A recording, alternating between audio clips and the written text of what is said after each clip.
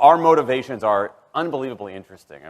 There's a whole set of unbelievably interesting studies. I want to give you two that call into question this idea that if you reward something, you get more of the behavior you want. If you punish something, you get less of it. And let's talk about a study done at MIT, Massachusetts Institute of Technology. Here's what they did. They took a whole group of students, and they gave them a set of challenges. Things like memorizing strings of digits, solving word puzzles. To incentivize their performance, they gave them 3 levels of rewards. Okay?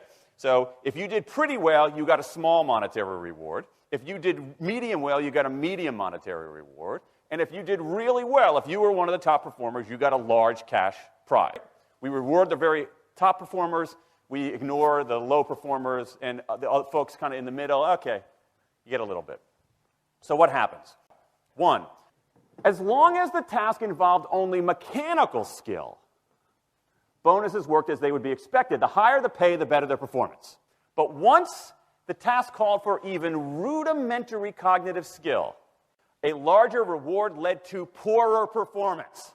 For simple, straightforward tasks, those kinds of incentives, if you do this, then you get that, they're great. When the task gets more complicated, when it requires some conceptual, creative thinking, those kinds of motivators demonstrably don't work. In fact, money is a motivator at work, but in a slightly strange way. If you don't pay people enough, they won't be motivated. What's curious about, there's another paradox here, which is that the best use of money as a motivator is to pay people enough to take the issue of money off the table. Pay people enough so that they're not thinking about money and they're thinking about the work.